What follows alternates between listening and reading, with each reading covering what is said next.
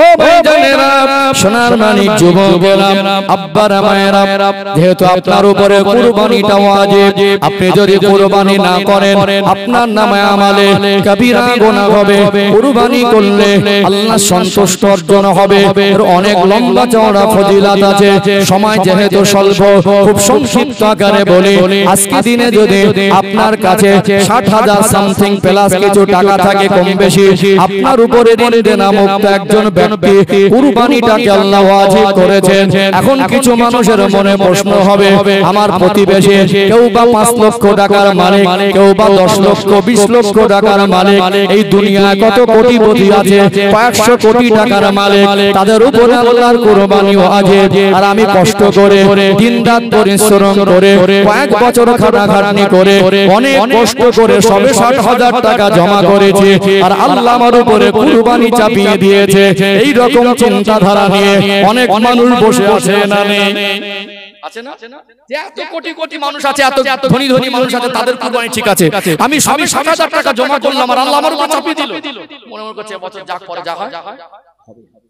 মনে রাখবেন, এইটুকু শুকরিয়া আদায় করেন, আল্লাহ আপনাকে রোগ দিয়ে বিছানা সজ্জা যদি করে রাখতেন, আপনার ইনকাম তো করা হতো না। অনেক মানুষ অসহায় হয়ে তার সংসারটা ভালো চলতো, আপনার মতো 60,000 টাকা তার কাছেও ছিল, আজ এমন মুসিবতে পড়ে গেছে ওই মানুষটা হাত পেতে মানুষের কাছে সাহায্য চায়। তার থেকে তো আল্লাহ আপনাকে ভালো রেখেছেন। আপনার প্রতিবেশী, আপনার কাছে তো 60,000 টাকা আছে, তাদেরকে দেখুন, তারা হয়তো 60,000 টাকা দেনায় আছে, ঘুম হচ্ছে না ঠিক মতো, তার একটা মেয়ে সন্তান বড় হয়ে গেছে, মেয়েকে বিবাহ দেবে, ঋণ মুক্ত হতে পারছে না। আপনার ঋণ দেনা বাদ দিয়ে মানুষের কাছে হাত পাততে হয় না, তবুও তো আপনি 60,000 টাকা এক জায়গায় রেখেছেন। আল্লাহ তার মনে আপনাকে ঋণ মুক্ত জীবন দিয়েছেন। আপনার কাছে এত টাকা জমা আছে মনে, শরীয়তের বিধান অনুযায়ী আপনি আর গরিব মনে করতে পারবেন না। তবে আপনার কাছে এটা যদি যাকাত আর কুরবানিকে বোঝা মনে হয়, তাহলে বুঝতে হবে হয়তো আপনি ইসলাম বুঝতে পারেন নাই। ইসলাম কারোর জন্য বোঝা নয়, ইসলামের কোন আদেশ আল্লাহ দয়াময় কারোর জন্য বোঝা হিসাবে চাপিয়ে দেয়নি। কোরআন শরীফের 2 নম্বর সূরা, সূরার নাম হলো সূরাতুল বাকারা। এটা কোরআন শরীফের সবথেকে বড় সূরা, ছোট বড় আয়াত মিলিয়ে সূরাতুল বাকারার মধ্যে 286টি আয়াত আছে। সর্বশেষ আয়াত আল্লাহ জানিয়ে দেন সূরাতুল বাকারার শেষ আয়াতের সূচনায়, লা ইউকাল্লিফুল্লাহু নাফসান ইল্লা উসাহা, আমি আল্লাহ বান্দা বান্দির সাধ্যের বাইরে কিছু চাপিয়ে দেই না। যার অর্থ ইসলাম কারোর জন্য বোঝা নয়। তার মানে আপনি 60,000 টাকার মালিক, ঋণ মুক্ত ব্যক্তি, আপনার উপরে কুরবানি ওয়াজিব, আপনার কাছে বোঝা মনে হচ্ছে, যার অর্থ আপনি ইসলামটাকে বুঝতে পারেন নাই, আল্লাহ আপনাকে বোঝা হিসাবে চাপিয়ে দেয় নাই। আপনার উপরে কুরবানি ওয়াজিব আল্লাহ করে দিতে পারে, আপনার উপরে 1 লাখ টাকা দিয়ে গরু কিনে কুরবানি করা ওয়াজিব নয়। কুরবানি ওয়াজিব, একটা ছাগল দাম 5,000 টাকার ছাগল হবে। কথা কি বুঝতে পারছেন? কুরবানি ওয়াজিব, গরু কিনে 1 লাখ টাকা দিয়ে কুরবানি ওয়াজিব, ছাগল দিলে কুরবানি হবে। আমরা হানাফি মাযহাবের মানুষ, 7 অংশে একটা গরু কুরবানি দেওয়া যেতে পারে। 20,000 টাকা একটা গরু কিনে দেন না, 7 জন হয়ে যাবে, 3,21,000 টাকা, তাহলে 3,000 টাকায় তো কুরবানির হুকুম পালন হয়ে যায়। তাহলে আপনি কেন বোঝা মনে করেন? যাকে আল্লাহ 50 কোটি টাকার মালিক করেছে, সে চাইলে 5 লাখ টাকা দিয়ে একটা পশু কিনতে পারে, পারে না? সে চাইলে 1 কোটি টাকা দিয়ে একটা উট অকশন করে কিনতে পারে, পারে কি পারে? আল্লাহর জন্য দেবে। তাহলে আপনি মনে করবেন কোথায় সেই 500 কোটি আর কোথায় আমি 60,000 টাকার মালিক, আমার উপরে আল্লাহ হুকুম চাপিয়ে দিলেন। আপনার যত ক্ষমতা স্বার্থ অনুযায়ী আপনি একটা কুরবানি যদি আল্লাহর জন্য করেন, ওই 50 কোটি টাকার মালিক সে যদি 5 কোটি টাকা দিয়ে একটা উট কেনে, সে আল্লাহকে যতটা খুশি করবে, আপনি 3,000 টাকার কুরবানি ও 5,000 টাকা কুরবানি দিয়ে সে আল্লাহকে খুশি করতে পারবেন। তাহলে এটা আপনার জন্য সহজ না কঠিন? কথা মনে বুঝতে পারছেন না? ভালো করে বুঝুন। 1 লাখ টাকা দিয়ে যে আল্লাহকে খুশি করলো একজন অধিক ধনী মানুষ, আপনি 60,000 টাকার মালিকানা নিয়ে আপনি 5,000 টাকা খরচ করে আপনি সেই আল্লাহকে খুশি করলেন, তাহলে আপনার সৌভাগ্য ছোট না বড়? আপনার কাছে কেন বোঝা মনে হবে? আপনি ইসলামটাকে বুঝতে পারেন না, তাই বোঝা মনে হচ্ছে। কারণ কুরবানি তো মানুষের দেখানোর জন্য, কার জন্য? আল্লাহর জন্য। লা ইয়ানালাল্লাহু লুহুমুহা ওয়ালা দিমাউহা ওয়ালাকিন ইয়ানালুহু তাকওয়া মিনকুম। আল্লাহ বলছে তোমাদের কুরবানির পশুর গোশত, রক্ত আমি আল্লাহর কাছে পৌঁছায় না, তোমাদের তাকওয়া, তোমাদের নিয়ত আমি আল্লাহর কাছে পৌঁছায়। এখানে আবার কিছু কিছু মানুষ মানে কুরবানির গরু নিয়ে লোক দেখায়, এই গরু কিনেছি দেখেছিস, লোক দেখানো কুরবানি আছে। আবার কেউ কেউ কুরবানি দিচ্ছে, লোকে খারাপ বলবে, মান সম্মানের ব্যাপার, বুঝতে পারছেন? হবে কার জন্য? আবার কেউ কেউ গরু কিনতে গিয়ে, পশু কিনতে গিয়ে খুব কষাকষি করে, গোশের হিসাব করে, কিলো হবে, কিলো হবে। পশুটা যে কিনবেন, আল্লাহর রাস্তায় কুরবানি করবেন, ওর গোশত কিলোটা নয়, হৃষ্টপুষ্ট দেখে, সুন্দর সুদর্শন দেখে কিনবেন, যেটা পছন্দের মতো। আল্লাহর রাস্তায় ইব্রাহিম আলাইহিস সালাম তার প্রিয় সন্তানকে কুরবানি করতে বলেছিলেন। সেই ঘটনা আপনারা শুনেছেন, এইজন্য আমি ঘটনাটা আমার পূর্বে তিনি বলছিলেন, আমি দ্বিতীয়বার রিপিট করলে কেমন একটা যেন একটু বেমানান হবে, যার কারণে আমি বলতে চাইছিলাম।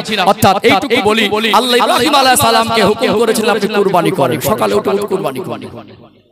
আবার দ্বিতীয় দিন স্বপ্ন দেখলেন, আল্লাহ বললেন কুরবানি করেন। তিনি ভাবলেন আমি তো কুরবানি করেছি, মনে হয় আমার কুরবানি আল্লাহর কাছে মঞ্জুর হয়েছে। দ্বিতীয় দিন আবার একসাথে কুরবানি করলেন। তৃতীয় দিন রাতে একই স্বপ্ন দেখলেন, আল্লাহ বললেন আমার খলিল আপনি ওই বস্তুটা কুরবানি করেন যেটা আপনার কাছে সবথেকে প্রিয়। আল্লাহর হাবিব তো নবী, আল্লাহর খলিল, আল্লাহর দোস্ত। ইব্রাহিম আলাইহিস সালাম উঠে বসে ভাবতে লাগলেন, আল্লাহ আমাকে দুদিন আগে সিগন্যাল দিয়েছে, আমি একটু বুঝতে দেরি করে ফেলেছি। আমার প্রিয় বস্তু বলতে আমার ইসমাঈল। আল্লাহ একজন নবীকে তার সন্তান জবাই করতে বললেন। আপনার কাছে পছন্দসই, লোক দেখানো নয়, লোকে কি বললো আমার কোনো যায় আসে না, আমি আল্লাহর সঙ্গে আমার সম্পর্ক, আল্লাহকে সন্তুষ্ট করা আমার উদ্দেশ্য, এই নিয়ত করে কুরবানি দেবেন ইনশাআল্লাহ। তাহলে অনেক মানুষের যাদের ৭০০০ টাকা আছে, কম বেশি সামথিং, তাদেরকে কিন্তু কুরবানি করতে হবে। কে কি বললো আপনার যা আসে না, এটা আপনার কাছে বোঝা নয়। আল্লাহ আপনাকে অর্থ সম্পদ দিয়েছে পরীক্ষা করার জন্য, এই হুকুমটা আল্লাহ আপনার উপরে ওয়াজিব করে দিয়েছেন। আপনাদের যাদের দিন দেনা মুক্ত জীবনে ৬০০০০ টাকা আছে, কুরবানি দেবেন ইনশাআল্লাহ। খুব সহজ করে বোঝানোর চেষ্টা করেছি, বুঝতে পেরেছেন? যাক সম্মানিত ভাইরা, এই হচ্ছে কুরবানির বিষয়টাকে। আর বিশেষ করে আমি এই মাসের ফজিলত কিছু বলেছি, নফল রোজার কথা বলেছি, চুল দাড়ি নখ কাটার কথা বলেছি, এবং তার সাথে সাথে আমরা খেয়াল রাখবো যে ৯ তারিখ থেকে ফজর থেকে নিয়ে আর ১৩ তারিখে আসর পর্যন্ত তাকবীরে তাশরিক, সেটা আমরা পুরুষ মানুষ ফরজ নামাজের পর উচ্চ আওয়াজে আমরা পড়বো ইনশাআল্লাহ। মসজিদে একটা পরিবেশ থাকে ইনশাআল্লাহ, বাড়িতে মায়েরা পড়বেন। অর্থাৎ আমি যতটুকু বলেছি মোটামুটি বোঝা গেছে তো মোটামুটি, তাহলে ইনশাআল্লাহ আমরা এগুলো আমল করব ইনশাআল্লাহ। একটু মহব্বতে দরুদ শরীফ আল্লাহুম্মা সাল্লি আলা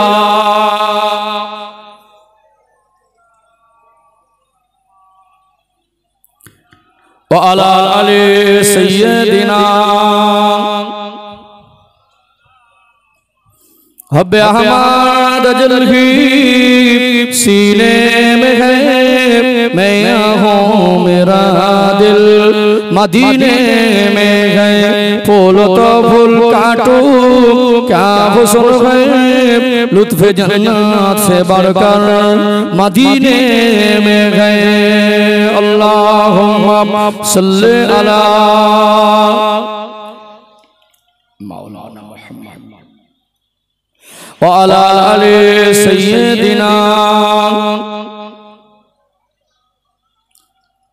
একটু জিকির করেন লা ইলাহা ইল্লাল্লাহ, লা ইলাহা ইল্লাল্লাহ, লা ইলাহা ইল্লাল্লাহ মুহাম্মাদুর রাসূলুল্লাহ সাল্লাল্লাহু আলাইহি ওয়াসাল্লাম। আসলে কনফার্ম হতে পারিনি কোন সময় হুজুর আসবেন, আমার টাইম বলছেন 11টা পর্যন্ত, আমি তাও টেনে নিয়ে গেলাম, দুটানের মধ্যে গেলে একটা ঘটনা ধরলাম, শেষ হবে না। 10 মিনিট 15 মিনিট সময় থাকলে বলা যাবে। আমি যতক্ষণ না হুজুর আসছেন, আমি ঈদের বিষয়টা ক্লিয়ার করি, ঈদের ইতিহাস তুলে ধরেছি আপনাদের, কবে থেকে ঈদ শুরু হলো, কিভাবে ঈদটা আসলো, সেই বিষয়টা বলেছি। ঈদের যে ইতিহাস, এটা তুলে ধরার পরে ঈদের দিনের কিছু করণীয় আপনাদের কাছে তুলে ধরি। দেখবেন ঈদের দিনকে আল্লাহ আনন্দের দিন হিসাবে ওই 9 রোজার মেহেরজানের থেকে উত্তম দুটো দিন আল্লাহ শ্রেষ্ঠ নবীর উম্মতের জন্য উপহার স্বরূপ দিয়েছেন। এই ধনী গরিবের মধ্যে যাতে পার্থক্য না থাকে, একে অপরকে যাতে অবহেলা না করে, একে অপরের প্রতি যাতে হিংসার পরিবেশ তৈরি না হয়, এই জন্য ধনীদের উপর আল্লাহ কুরবানি ওয়াজিব করেছেন। আর কুরবানির পশুর গোশতকে উত্তম পন্থা হলো তিন ভাগে ভাগ করা। এর ভিতরে একটা ভাগ আপনি রাখতে পারেন, আর এক ভাগ আপনার আত্মীয় স্বজনের মধ্যে বন্টন করবেন, আর এক ভাগ অসহায় গরিব এতিম অনাথদের মধ্যে বন্টন করবেন। আল্লাহ ঈদের দিন একটা আনন্দের দিন দিলেন, এমন একটা আমাল দিলেন, যেমন আমরা ঈদের নামাজ পড়ি তার সাথে সাথে আমরা কুরবানি করি, এবং যে পরিমাণে সাহেবে নেসাব আছে প্রত্যেকটা সাহেবে নেসাব ব্যক্তি যদি কুরবানি করে আর প্রত্যেকের আত্মীয় স্বজনের বাড়িতে যদি গোশতটা বন্টন করে দেয়, আর যেভাবে আমরা গোশত বন্টন করি এমন কোনো বাড়ি পাওয়া যাবে না যে বাড়িতে গোশত পৌঁছায়। আল্লাহ এমন একটা পরিবেশ আমাদের শিক্ষা দেন যে দেখো ঈদের দিন তোমাদের জন্য কেমন আনন্দের দিন, আজকে প্রত্যেকের বাড়িতে একই রকম খাদ্য। বলুন সুবহানাল্লাহ।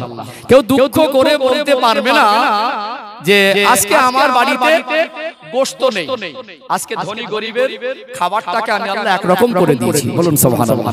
আপনার একটা ভাগ আত্মীয় স্বজনের মধ্যে দেবেন। কাদের মধ্যে? আত্মীয় স্বজনের মধ্যে।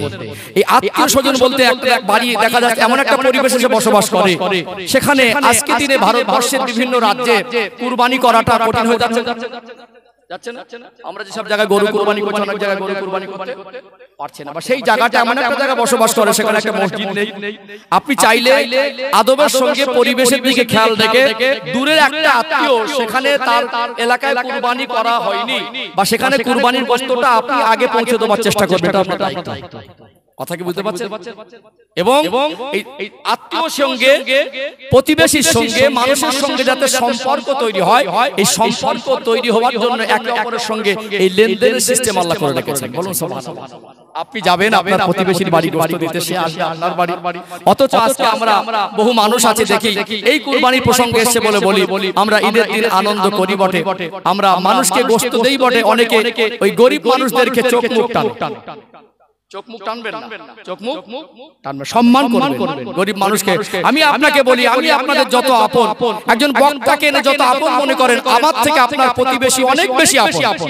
এলাকায় একটা মাইয়িত হয়ে গেলে বক্তাদেরকে হাতের নাগালে পাবেন না, কিন্তু আপনার প্রতিবেশী আপনার পাশে এসে দাঁড়াবে, আপনার প্রতিবেশী আপনার পাশে এসে দাঁড়াবে। এই জন্য প্রতিবেশীর সঙ্গে সুসম্পর্ক রাখা ইসলাম আমাদের শিক্ষা দিয়েছে। সম্মানিত ভাইরা, এখানে যেমন গরিবরা ধনীদের থেকে হিংসা করবে না, আর ধনী গরিবদেরকে অবহেলা করতে পারবে না। ইসলামে হিংসার কোন জায়গা। ও ভাইজানেরা, সোনার মানিক যুবকেরা, আব্বারা মায়েরা, আল্লাহ পাক যদি আপনার প্রতিবেশীকে ধন সম্পদ মাল বেশি দেয়, সেটা হিংসার নয়, বরং সেটা গর্বের। এই গ্রামে যদি 50টা ধনী থাকে, 10টা চাকরিজীবী থাকে, যদি 10টা ব্যবসায়ী থাকে, সেটা তো আমার কওমের লাভ। এই জলসা হলো, এই মজলিস হলো, একজন গরিব মানুষ দিন আনা দিন খাওয়া, ওই মানুষটার কাছে গিয়ে যদি 2000 টাকা বিল দেওয়া হয় দিতে পারবে না, হয়তো 20 টাকা দিতে পারবে, কিন্তু এই গ্রামে যদি 10টা চাকরিজীবী থাকে, 10টা ধনী থাকে, এক একটা মানুষের যদি আল্লাহ 20-50 লক্ষ টাকার মালিক বানায়, তারা 5000 করে দিলে 25,000 গ্রামে একটা মসজিদ হবে। ওই মসজিদ নির্মাণের সময় একজন গরিব মানুষ তার 10,000 টাকা দেওয়ার ক্ষমতা নেই, সে হয়তো কষ্ট করে 1000 টাকা দেবে, কারণ সে তো ঋণ মুক্ত হয়নি, সে ঋণগ্রস্ত হয়ে আছে, তাকে বেশি প্রেসার পিরিয়ড করা ইসলাম শেখায়নি। ওই 2000 টাকায় তো মসজিদ হবে না। এই গ্রামের মানুষকে আল্লাহ যদি অর্থ দেয়, ওই অর্থশালী মানুষ চাইলে একা 50,000 দিতে পারবে কি পারবে না? অর্থাৎ আমার কওমকে আল্লাহ আরো হিংসা করবেন না। কেউ যদি উপরে উঠতে চায় তাকে নিচে নামানো যাবে না, বরং তাকে আরো সহযোগিতা করবেন, তার জন্য দোয়া করবেন। এই গ্রামে যদি একজন বেওয়া স্বামী হারা মা থাকে, কঠিন রোগে আক্রান্ত হয়, একটা মেয়ে ছিল, বিবাহ হয়ে গেল, জামাইটাও গরিব মানুষ, ওই মেয়েটা মাটা যদি বার্ধক্য জীবনে বৃদ্ধা বয়সে কঠিন রোগে বিছানা শয্যা হয়ে যায়, একজন গরিব মানুষ প্রতিবেশী রক্তের সম্পর্ক থেকেও তাকে হয়তো সহযোগিতা করতে পারবে না। এই গ্রামের 10টা ধনী মানুষ যদি থাকে, তাদের যাকাতের টাকায় ওই অসুস্থ মানুষের চিকিৎসা হবে কি হবে না? ও ভাইজানেরা, সোনার মানিক যুবকেরা, আব্বারা মায়েরা, এই জন্য ঈদ আমাদের মাঝে আসে আল্লাহর নিকটবর্তী হওয়ার আমল নিয়ে। ঈদ আমাদের মাঝে আসে আমাদের মধ্যে ভ্রাতৃত্ব সম্পর্ক ভালোবাসা তৈরি করতে। ঈদ আমাদের মধ্যে আসে আমাদের মধ্যে একে অপরের মধ্যে সম্পর্কের বাঁধন তৈরি করতে। ঈদ আমাদের শিক্ষা দেয় আমরা দুনিয়াতে ধনী গরিব ভেদাভেদ ভুলে এক হয়ে চলতে। আল্লাহ নিজেই বলেন ওয়াতাসিমু বিহাবলিল্লাহি জামিআ ওয়া লা তাফাররাকু, তোমরা আমি আল্লাহ আমার রশ্মিকে মজবুত করে ধরো, একে অপরে বিচ্ছিন্ন হয়ে যেও না। আমাদের কোন রকম হালাতে পার্থক্য করা যাবে না। আমরা মানুষ হিসাবে আমরা একে অপরকে সম্মান করব। নবী আমার বললেন মাল্লাম ইয়ারহাম সাগীরানা ওয়া লাম ইউআক্কির কাবীরানা ফালাইসা মিন্না, যে বড়কে সম্মান করলো না, ছোটকে স্নেহ করলো না, ও আমার উম্মতের অন্তর্ভুক্ত নয়। পৃথিবীর সেরা ধনী হন, পৃথিবীর সেরা শিক্ষিত হন, পৃথিবীর সেরা ভালো মানুষ যদি হন, আপনার বয়সের বড় যদি হয়, নামটাও লিখতে যদি না জানে, একটা অক্ষরের জ্ঞান যদি না থাকে, ওই মানুষটা যদি পৃথিবীর মধ্যে দেখতে খারাপ হয়, ওই মানুষটাকে সম্মান করতে হবে। ইসলাম আমাদের এই শিক্ষা দিয়েছে না দেয় না? দিয়েছে না? ভেদাভেদ জিনিসটা মিটে যাবে। ঈদগার ময়দানে দেখবেন সবাই দাঁড়ায়, ধনী গরিব সবাই দাঁড়ায়। সম্মানিত ভাইরা, এইটুকু আমরা আমল করার চেষ্টা করব। এই আত্মীয়তার সঙ্গে অনেকে মানে মনোমালিন্য করে রেখেছে, ঝগড়া ঝামেলা কথা বন্ধ করে রেখেছে। এমনি 3 দিনের অধিক কথা বন্ধ করে রাখা কাবিরা গুনাহ। তাহলে আপনি যখন কুরবানি দেবেন, আত্মীয়র বাড়িতে ঝগড়া বলে বস্তু পৌঁছাবেন না, হবে তার বাড়িতে যাবেন ঈদের দিনে, সে আপনার বাড়িতে আসবে, ভেদাভেদটা মিটে যাবে ইনশাআল্লাহ। এবং এখানে একটা জিনিস আমি একটু ক্লিয়ার করে আপনাদের বলি, বহু মানুষের বদ অভ্যাস হলো মানুষকে কাজ করিয়ে পাওনাদারকে বারবার ডেট দেয়। আল্লাহ অভাব দেয়নি, কিন্তু মানুষের বদ অভ্যাস হলো কিছু কিছু মানুষ আছে জামা কাপড় ভালো, সমাজে নাম দাম আছে, নাম করা মানুষ, কিন্তু ভিতরে একটা জঘন্য চরিত্র আছে। কি আছে? জঘন্য চরিত্র। গরিব মানুষ তারা কাজ করেছে, তাদেরকে ডেটের পরে ডেট দেয়।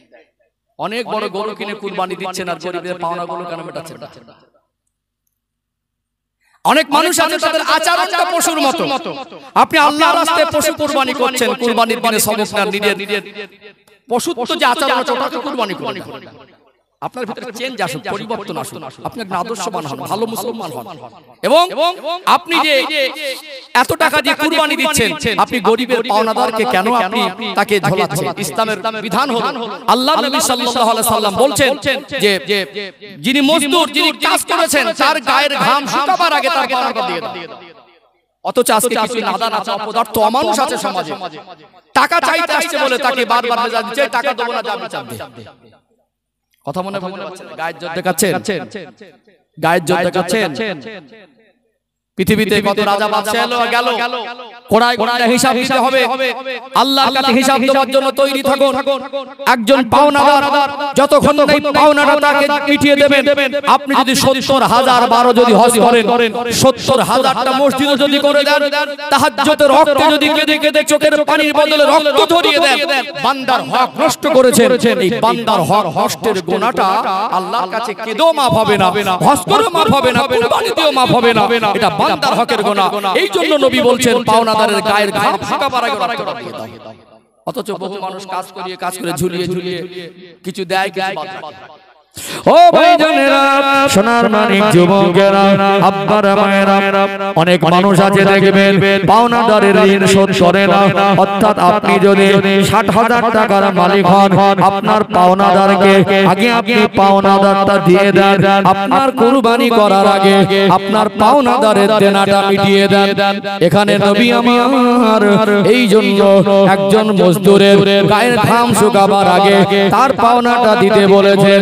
এমন এমন গরিব মানুষ আছে দিন আনা দিন খাওয়া, তার আব্বা বা মা হয়তো অসুস্থ, বিছানায় পড়ে ছটফট করছে, লোকটাই প্রচন্ড গরমে রোদে মানুষের কাছে কাজ করছে, মনে মনে করছেন আমার উপার্জিত অর্থ দিয়ে আব্বাকে ডাক্তারখানায় নিয়ে যাব, মায়ের ঔষধ কিনে দেবো, আর আল্লাহ আপনাকে অর্থ সম্পদ দেওয়ার পরে আপনি গরিবের তার পাওনা টাকা এই অক্লান্ত পরিশ্রম গাধা রকম পায়ে ফেলা পয়সাটাকে আপনি ডেটের পরে ডেট দিচ্ছেন।